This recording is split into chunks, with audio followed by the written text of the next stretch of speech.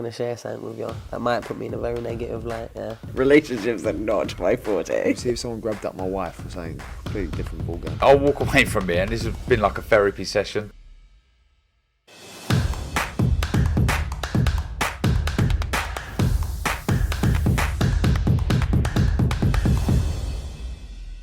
Oscar Bevis, IFL TV, proudly sponsored by Everlast. Johnny Fisher joins me from Las Vegas. How are you, big man?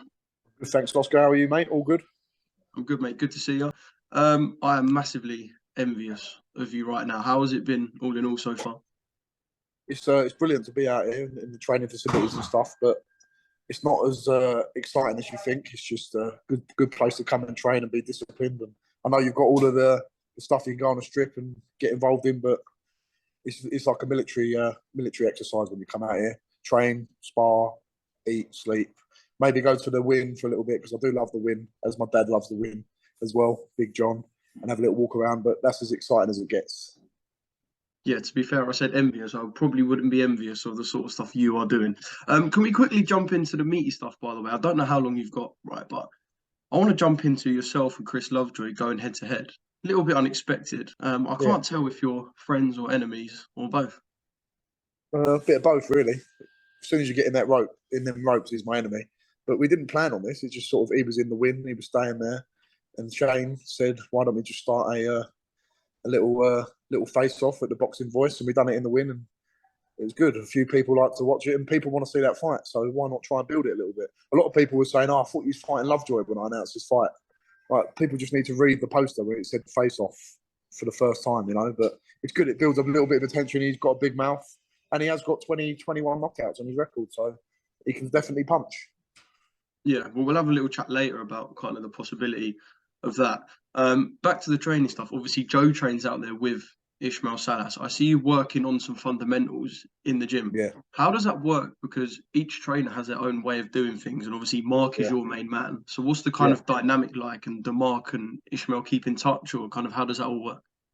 Yeah, Mark's more than happy for me to go away and get a couple of weeks of sparring in. He knows it's beneficial for me to be in that environment. And yeah, there are differences, but you can take different things away from different people. When I first went to Salas's gym, I thought, wow, I really am a beginner. Like, this is completely new to me, because there's little things that are different, but the fundamentals of how to throw a shot or how to throw your punches correctly, you go to Salas's gym, you're not going to get anyone better. And it is very mentally tiring as well. Even just doing little bits of shadow boxing, making sure your feet are correctly, it's draining, but it ingrains into your memory how to throw punches properly. And I know it sounds very basic, but a lot of us forget to do that sometimes. We get more worried about what we're going to throw than actually how we're going to throw it. So it is very beneficial for me to go over there and get that fundamental grounding. Have you and Joe got many rounds in so far? No, we're not actually sparring each other, because he's obviously fighting a southpaw in Zhang. So Joe hasn't actually started. I think he'll start his sparring next week. So he's in a great place. And I think he's looking good for this one. It's going to be a great fight between him and Zhang. Both can really punch.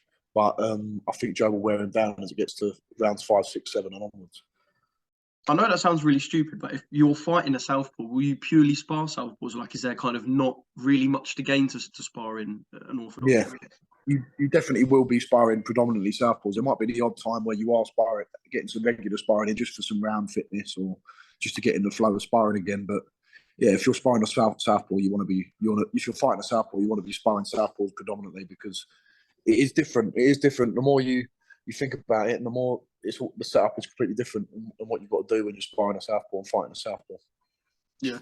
I saw you got some rounds in with Carlos Takam. Is his head as hard as everyone says it is?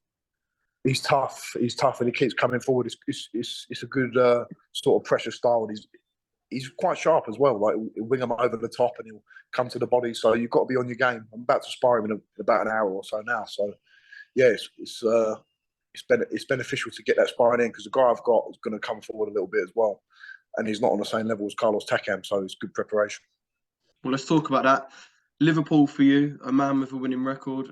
Just kind of continuing on, I guess, in an exposure sense, putting yourself out in another place as well, and letting obviously your guys follow you, and then someone with a winning record and someone who's going to give you different things as you kind of keep that learning process, I guess. Yeah, he's very ambitious, this guy. He comes forward. I've seen him fight before.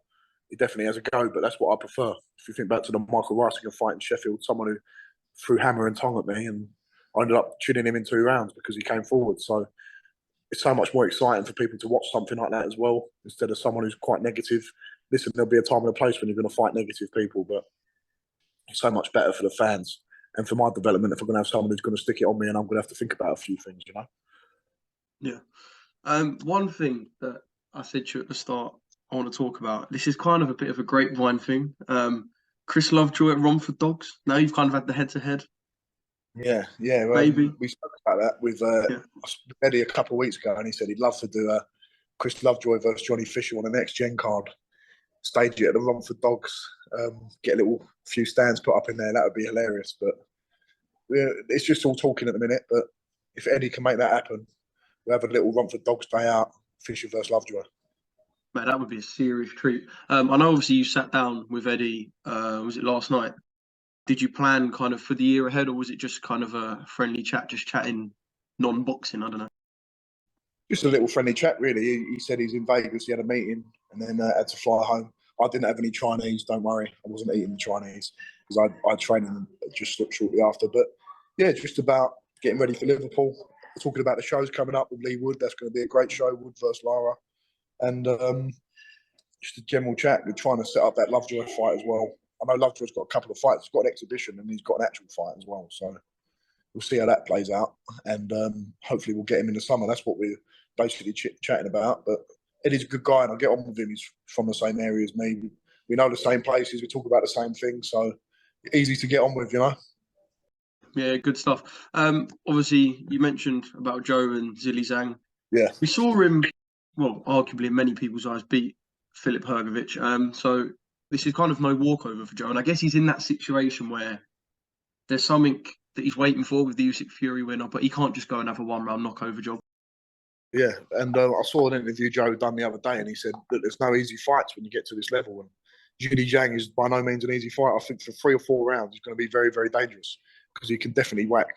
And as you said, he probably beat Hrgović when he fought him, and everyone was touting Hrgović to be this next big thing, and people still do think that. So at that level, anyone like that, it's going to be tough. So Joe's got to be on his game, and that's why he comes out here, prepares in Vegas, got the best trainer, he's got a great strength and conditioner.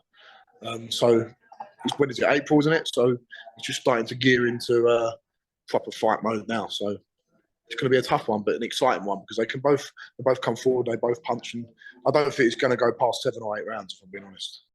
Yeah, I mean, he said that he believes he can pierce his armour. I know kind of fighters have said that before. Can anyone really pierce Joe's armour, do you think? I haven't seen anyone do it yet, and he's been in with big punchers. He's been in with Daniel Dubois, and I know firsthand how hard Daniel Dubois can punch. Even his jab is like a right hand. So Joyce-Zhang, whether he's got that power to do it, I don't know. But if he hasn't, he's going to be in big, big trouble because he hasn't got the best engine in the world. And Joe will just keep coming. Joe could do 15 rounds, he could do 20 rounds, and just wear people down like that. Yeah. Obviously, you spoke about the schedule. Joshua Franklin, big fight.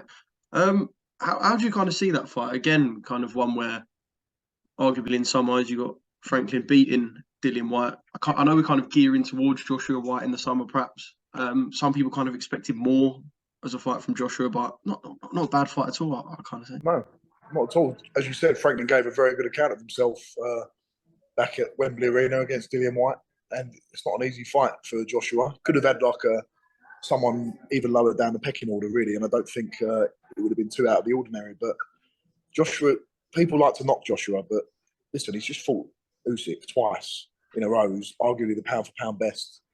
He's not ducking anyone, is he? Let's be honest. And people are quick to, when you're on your way up, people want to be with you. And when things are not going right, people are quick to fall off the bandwagon. You can't moan at someone who's fought pound for pound, one of the best in the world.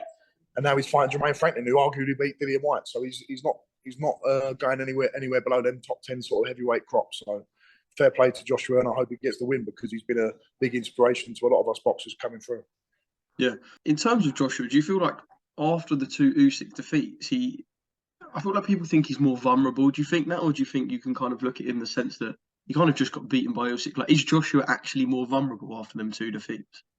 It's not that he's more vulnerable, but definitely, if you look from after the Ruiz loss, there was definitely a style change in the way he fought. Not necessarily due to the Usyk defeats, because listen, anyone can lose to Usyk. Tyson Fury could fight Usyk and lose, and it wouldn't be that much of a shock because everyone knows how good Usyk is. It would be a little bit, but he's a top heavyweight. But I just think back to that Joshua who beat Povetkin, that Joshua who beat Klitschko, who beat Joseph Parker. I know that wasn't a knockout victory, but there is something that edge. He needs to get that edge back a little bit. I don't know if he's in the same headspace as he was, but if we can see him back to that sort of fighter, he'll destroy people like Jermaine Franklin, I think. But as you say, you get to a certain level, you become a multi-millionaire. It's very, very hard to stay motivated, I imagine. So we'll see. But he keeps coming back, keeps trying new things. He tried a new trainer in Robert Garcia. He's got a new trainer in, what's the guy's name he's got now? Derek James. Yeah, I was going to say, hopefully Derek James can bring back the kind of vicious Joshua, I guess.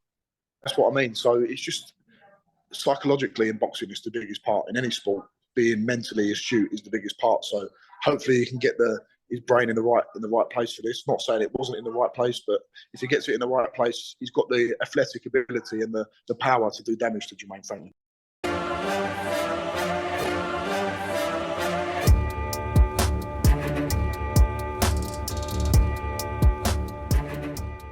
I'm going to share something with you that might put me in a very negative light, yeah. Relationships are not my forte. See if someone grabbed up my wife or something. Completely different ballgame. I'll walk away from it, and this has been like a therapy session.